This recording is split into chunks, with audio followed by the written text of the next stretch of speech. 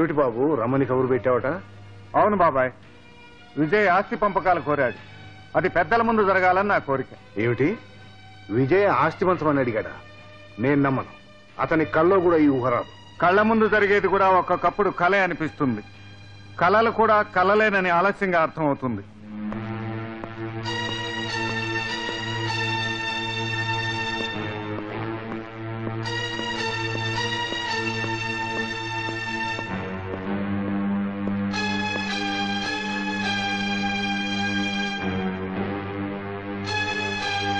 అన్నయ్య అన్నయ్య అన్నయ్య అనే మాట నీకు ఇంకా గుర్తుందా?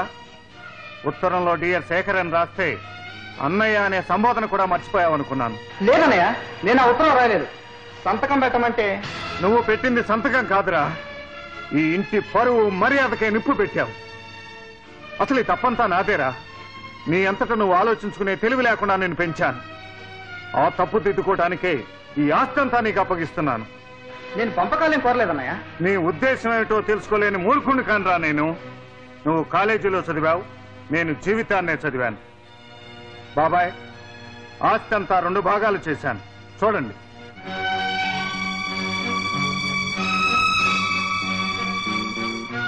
బాబాయ్, ఈ ఆస్తి పంపకం అంతా అయోమయంగా ఉంది. లక్ష్మ గారిని అడిగి తెలుసుకో. అమ్మా లక్ష్మి, ఉన్న సంపదంతా ఓ చోట కుప్పగా పూసి 2 భాగాలు చేశానంటాడేమిటి అబ్బాయి? కావటానికి ఆయన అర్థంగినైనా ఆయన ఆంతర్యం ఏమిటో కావడం లేదు. ఇదేమిటండి, ఉన్న ఆస్తంతా ఒక చోట పెట్టి 2 భాగాలు చేశారంటారేమిటి? కళ్ళుండి చూడగలిగిన వాళ్లకు 2 భాగాలేమిటో అర్థం అవుతాయి లక్ష్మి. ఆలోచిస్తూ నిలబడ్డావేం విజయ్? నీకే భాగం కావాలో తీసుకో. నువ్వేనే చెప్పు బాబాయ్. అన్నయ్యని ఆస్తి పంచమని నేను ఎప్పుడు అడగలేదు. అడగకుండా ఆస్తి పంపకాలు చేయడం అన్యాయం అని చెప్పు బాబాయ్. అతను ఈ నిర్ణయానికి రావడానికి దాని వెనక ఏదో బలమైన కారణం ఉండి ఉంటుంది. కారణం ఏదైనా ఇంతవరకు వచ్చాక పంపకాలు జరిగి తీరాల్సిందే.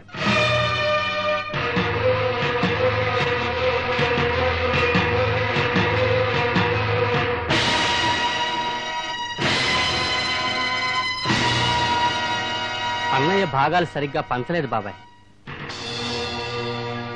అవును బాబాయ్, ఆస్తి అంతా ఒకవైపు, మరోవైపు తనని పెట్టుకున్నాడు. ఏది కావాలో కూడా నన్నే నిర్ణయించుకోమన్నాడు. ఈ ఆస్తి ఏంటన్నయ్యా? ఈ ప్రపంచంలోని ఆస్తి మొత్తం కలిపి గుట్టగా పోసినా సరే నీ కాలి కోటికి సరిపోదు. నా శరీరంలోని ప్రతి అణువు, ప్రతి రక్తపొట్టు, ఆఖరికి నా శ్వాస కూడా నువ్వే కావాలని కోరుకుంటున్నానయ్యా. ఈ డబ్బు, ఈ ఇల్లు, ఈ బంగారం ఇవేవి నాకు అక్కర్లేదన్నయ్యా. నాకు నువ్వే కావాలన్నయ్య. లేదు, ఈ ఆస్తి మీద నా ఒక్కదానికి హక్కు ఉంది. ఈ ఇల్లు, ఆస్తి అన్ని నువ్వే తీసుకుని పిల్లా పాపలతో సంతోషంగా ఉండు. ఈ ఆస్తి మాత్రం నాదే. ఇందులో మరెవరికి భాగం ఇవ్వలేను. వదినా? అవును, ఈ ఆస్తి నాకు పసుపు కుంకాలతో లభించింది. ఈ ఆస్తితో ఎక్కడికైనా వెళ్ళి బ్రతుకుతాను. అంత మాట అనుకోదు. రాముడి నీడలోనే లక్ష్మణుడి జీవితం సాగాలి. ఈ ఆస్తులు అంతస్తు నాకు వద్దు. వద్దు, నాకు కావాలి. అవును, నాకు కావాలి. బంధుత్వాల కోసం ఆస్తిని, అంతస్తుని వదులుకునే మూర్ఖురాల్ని కాదు నేను. నువ్వు కోరుకునే మీ అన్న వదిన ఈ కనిపించే ఆస్తి ముందు ఏమాత్రం. నా నోరు మీలేరు మీరు. నేను మీ భార్యను. అన్నిటి మీద నాకు పూర్తి అధికారం ఉంది. ఈ ఇల్లు కావాలి, పొలం కావాలి, మొత్తం ఆస్తంతా కావాలి. రాక్షసి, నువ్వు బురదలో పుట్టిన పద్మాని అనుకున్నా. నువ్వే బురదని. విజయ్, ఆపండి నాటకం. నువ్వు వద్దని, నీ భార్య కావాలని. ఆమె కోసం నువ్వు అంగీకరించినట్లు నటించవలసిన అవసరం లేదు. ఈ ఇల్లే కాదు, ఈ ఊరే విడిచిపెట్టి నేను లక్ష్మి వెళ్ళిపోతాం. ఈ ఆస్తిపాస్తులన్నీ నువ్వే అనుభవించు. లక్ష్మి. అన్నయ్య, అన్నయ్య,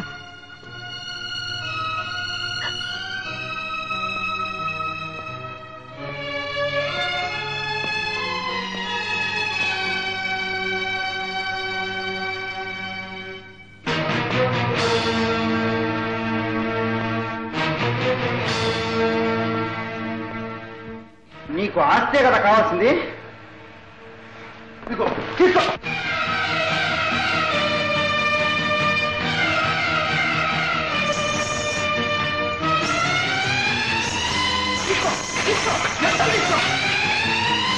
నీలాంటి భార్యలు స్వర్గం లాంటి ఇంటిని ఎలా నరకంగా మారుస్తారో ఇప్పుడు అర్థమైంది. వెళ్ళు, ఈ ఆస్తి మొత్తం నువ్వే తీసుకో. కానీ ఒక్క విషయం గుర్తుపెట్టుకో, నీకు నాకు ఏ సంబంధం లేదు. విజయ్ విజయ్ ప్లీజ్ నన్ను క్షమించు. ఒక్క నిమిషం ఆగి నేను చెప్పే మాట విను. మన పాప కోసం ఇలా చేశాను కానీ స్వర్గం లాంటి ఇంటి నరకం చేయాలని కాదు. పాప కోసం చెవిటిది నా బిడ్డను ఏం చేస్తున్నారు? దయచేసి నా బిడ్డను ఏం చేయకండి. నేను చెప్పిన మాట వింటేనే నీ బిడ్డను వదిలేస్తాను. ఏమిటిది? ఆ శేఖరం ఆస్తిలో నీ భర్త భాగం నువ్వు పంపకం అడగాలి.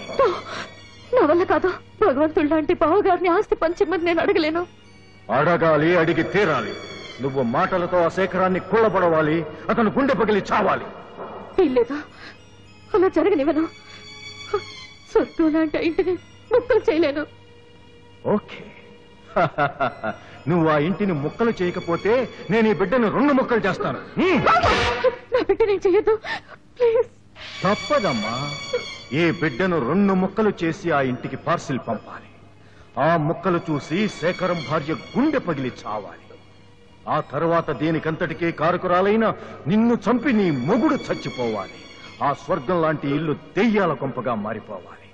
అప్పుడే నా పగ చల్లారేది. వద్దు, నా బిడ్డకి ఏం జరిగినా వాళ్ళు భరించలేరు.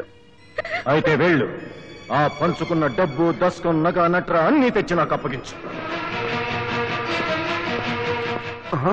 ఏంట్రా ఇది? ఇన్నాళ్ళు నా మంచిగా ఉండి ఇవాళ నా కూతురు బిడ్డనే ఎత్తుకుపోతావా? నువ్వు చంపే. ఏ ఎండకా గొడుగు బట్టే నువ్వే నాకు నీతులు చెప్పేది?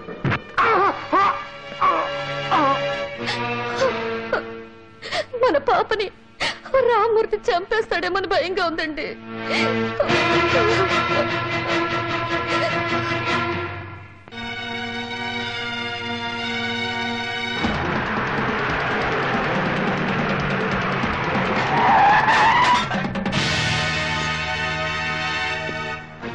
నీకు కావాల్సిన నగ, నట్ర, ఆస్తి, పాస్తి అన్ని తెచ్చాను. తీసుకొని పాప ఎక్కడుందో చెప్పు. చెప్తా. చెప్పటమే కాదు, చూపిస్తా.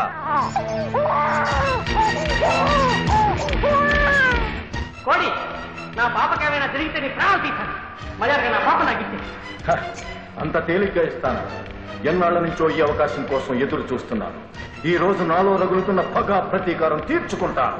మీ అన్న నన్ను 10 మందిలో అవమానించి గ్రామ బహిష్కరణ చేశాడు. అందుకు ప్రతిఫలంగా నీ బిడ్డ ప్రాణాలు తీస్తాను. ఆగు, నీ పగ మామీదేగా. కావాలంటే నా ప్రాణాలైనా ఇస్తాను.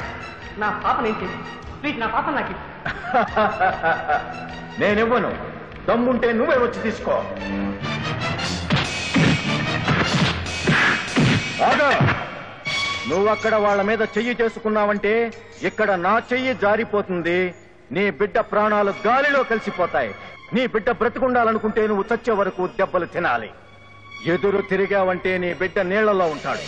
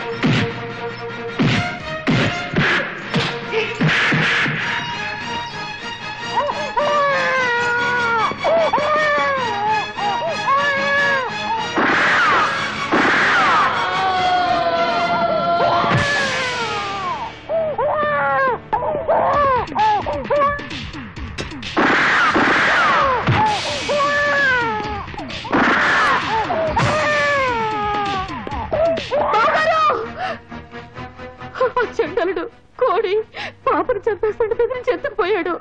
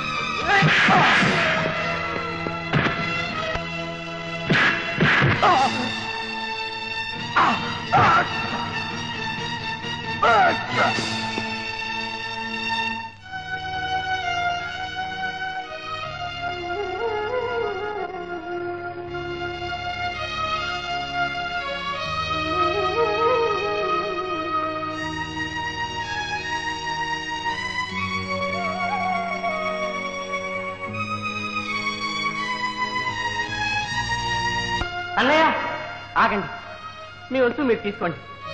తాకట్టు పెట్టిన మీ వస్తువు తీసుకెళ్ళండి అక్క.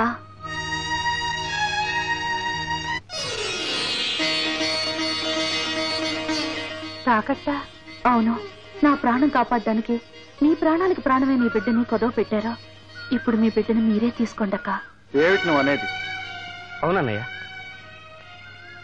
పాప మీ బిడ్డని నాకు లలితకు కూడా తెలుసు. డాక్టర్ చెప్పింది.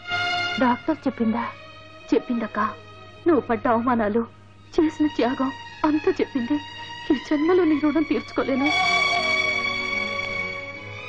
ఏమ్మా లలిత, అన్నీ తెలుసు కూడా లక్ష్మి నీడ పడితే పాప బ్రతకదనా నీ పుట్టింటికి తీసుకెళ్ళా? లేదండి, అక్క ఎన్నో అవమానాలు పాలైంది. పాపక ఇంట్లో ఏం జరిగినా దేవతలాంటి అక్కని మా అమ్మ ఆడిపోసుకుంటుందని పుట్టింటికి తీసుకెళ్లాను. అమ్మా లలిత. దుర్మార్గురాల, ఆవిడ్ని పట్టుకుని గొడ్రాలు దరిద్ర దేవత అని తిడతావా? నీ కూతురు ప్రాణాలు కాపాడటం కోసం తను తన బిడ్డను త్యాగం చేసింది. నువ్వు చేసిన పాపాలు తీరాలంటే ఆమె కాలం మీద పడి క్షమాపణ కోరుకో. అవునమ్మా, మీ మంచితనాన్ని అర్థం చేసుకోలేక ఎన్నో తప్పులు చేశారు. నన్ను క్షమించండి. ఒక ఇల్లు నరకంగా మారటానికైనా స్వర్గంగా మారటానికైనా ఆ ఇంటి ఇల్లాలే కారణం. కనకయ్య, పశ్చాత్తాపానికి మించిన ప్రాయశ్చిత్తం లేదు. మనమందరం ఇలా మంచి మనసులతో మెలిగితే ఒక ఇల్లే కాదు, మన ఊరే స్వర్గంగా మారుతుంది.